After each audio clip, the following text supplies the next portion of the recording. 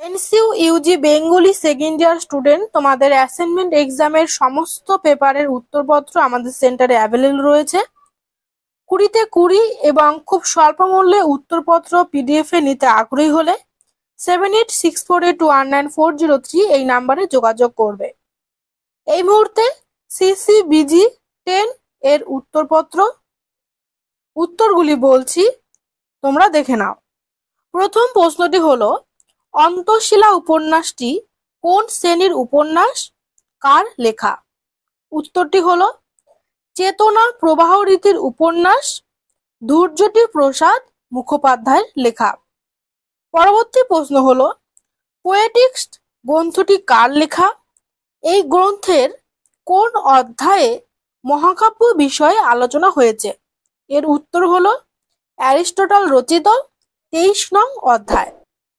পরবর্তী প্রশ্ন হলো, দেবেন্দ্রনাথ সেনের অশোকগুচ্ছ কবিতাটি কোন ধরনের কাব্যের দৃষ্টান্ত এবং এটি কোন রীতিতে লেখা? এর উত্তরটি হলো সনেটের দৃষ্টান্ত, শেক্সপিয়রের রীতিতে লেখা। পরবর্তী প্রশ্ন বলছি, লিরিক্যাল ব্যালাডস গ্রন্থটি কে রচনা করেন? এর উত্তর হলো উইলিয়াম ওয়ার্ডসওয়ার্থ।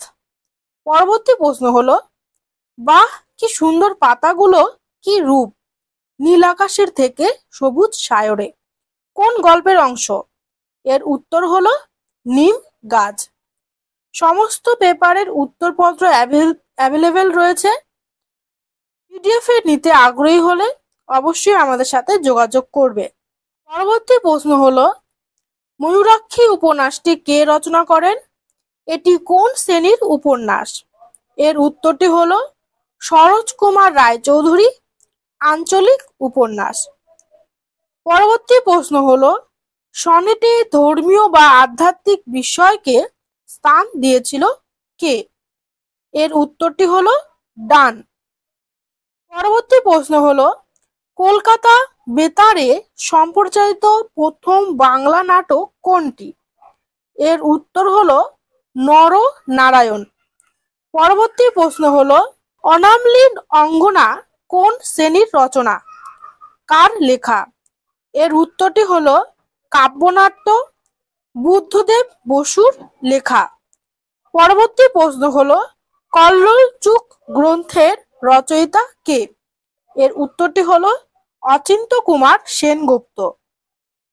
ভিডিওটি অবশ্যই ফ্রেন্ডদের সাথে শেয়ার করবে এবং খুব অল্প দামে আমাদের সেন্টার থেকে নিতে আগ্রহী হলে যোগাযোগ করবে।